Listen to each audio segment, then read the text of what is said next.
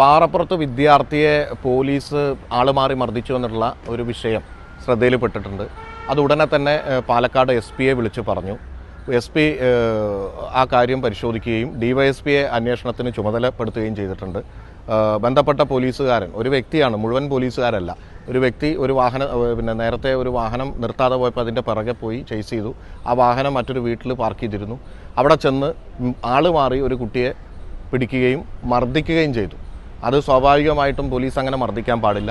മാത്രമല്ല ഇത് വളരെ ഗുരുതരമായിട്ടുള്ളൊരു പ്രശ്നം തന്നെയാണ്. അപ്പോൾ അത് ബന്ധപ്പെട്ട ആളുകളുടെ ശ്രദ്ധയിൽപ്പെടുത്തുകയും അടിയന്തരമായി നടപടിയെടുക്കണമെന്ന് ആവശ്യപ്പെടുകയും ചെയ്തിട്ടുണ്ട്. നമ്മുടെ DYSP-യുടെ നേതൃത്വത്തിൽ, ഷൊർണൂർ DYSP-യുടെ നേതൃത്വത്തിൽ അതിൻ്റെ ഭാഗമായിട്ടുള്ള അന്വേഷണം നടക്കും. വളരെ കർശനമായിട്ടുള്ള നടപടി ബന്ധപ്പെട്ട പോലീസുകാരൻ എതിരായിട്ടുണ്ടാകും എന്നതിൽ സംശയമില്ല. വളരെ നന്നായി പ്രവർത്തിക്കുന്ന പോലീസ് സംവിധാനത്തിൽ ഇങ്ങനെയുള്ള ഒറ്റപ്പെട്ട ചില വ്യക്തികൾ ആ സംവിധാനത്തെ മുഴുവൻ മോശമാക്കാനുള്ള ചില പ്രവർത്തനങ്ങൾ നടത്തുന്നുണ്ട് എന്നുള്ളത് നമുക്കറിയാം. അത് നോക്കി നിൽക്കില്ല.